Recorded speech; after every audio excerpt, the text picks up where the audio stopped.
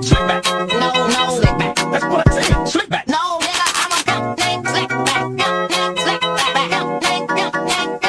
Slick back. Nigga, are you dead? I'm a pimp named Slick. Halo semua, perkenalkan nama saya Anissa Salsabila dengan NIM 2214227. Di sini saya akan menjawab pertanyaan dari dosen pengampu saya, Ibu Yani Agus Priyani. Di sini pertanyaan yang pertama yaitu perspektif, karakteristik, dan 5 kemaslahatan hukum bisnis syariah dalam Al-Quran. Di sini saya sedikit akan menjelaskan tentang perspektif hukum bisnis syariah dalam Al-Quran. Nah, dalam Al-Quran sendiri, hukum bisnis syariah ini tercermin dalam konsep muamalat yang diatur oleh prinsip-prinsip Islam, dan Al-Quran sendiri melibatkan keadilan, kejujuran, transparansi, dan kepatuhan terhadap hukum yang Allah berikan. Dan contoh Al-Quran juga yang menekankan bahwa pentingnya kejujuran dalam transaksi bisnis syariah ini ditunjukkan oleh Quran Surat Al-Baqarah ayat 188.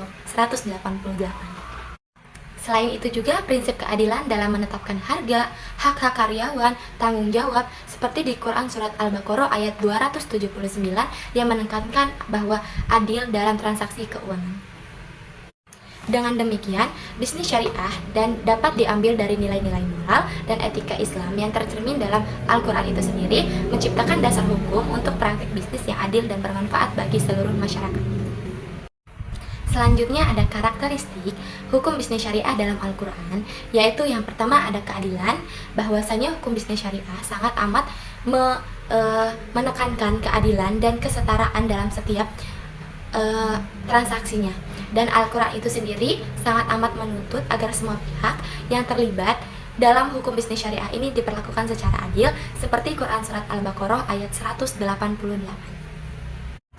Dan yang kedua ada ketidakcurangan, bahwasanya di dalam Al-Quran sendiri menegaskan perlunya transparansi dalam bisnis untuk mencegah praktik-praktik yang tidak jelas atau menyesatkan, seperti Quran Surat Al-Baqarah ayat 282.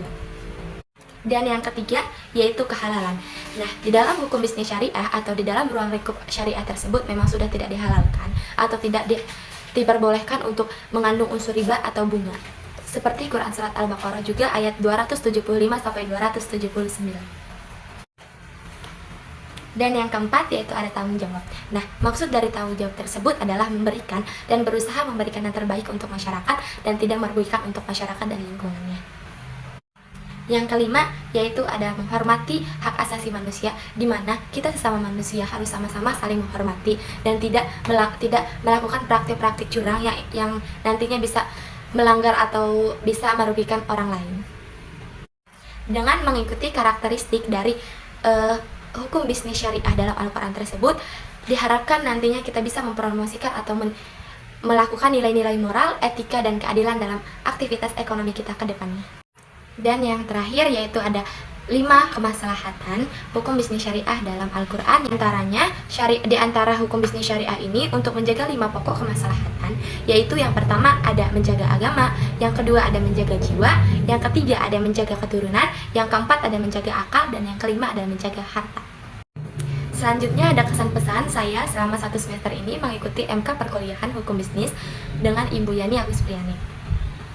Oke, kesan yang dapat saya ambil dari mengikuti mata kuliah hukum bisnis ini, saya dapat bisa lebih disiplin, akan disiplin waktu, disiplin dengan mulai tidak boleh memakai sendal, harus menggunakan baju dan pakaian yang rapi, dan juga harus membawa buku setiap mata kuliah berlangsung. Dan di dalam itu juga saya juga mengerti bahwasanya di dalam Islam itu sendiri memiliki hukum-hukum yang harus diterapkan agar terciptanya keadilan, agar terciptanya ketidakcurangan, dan agar terciptanya keamanan bagi seluruh konsumen-konsumen atau bagi seluruh masyarakat yang telah melakukan hukum bisnis syariah tersebut.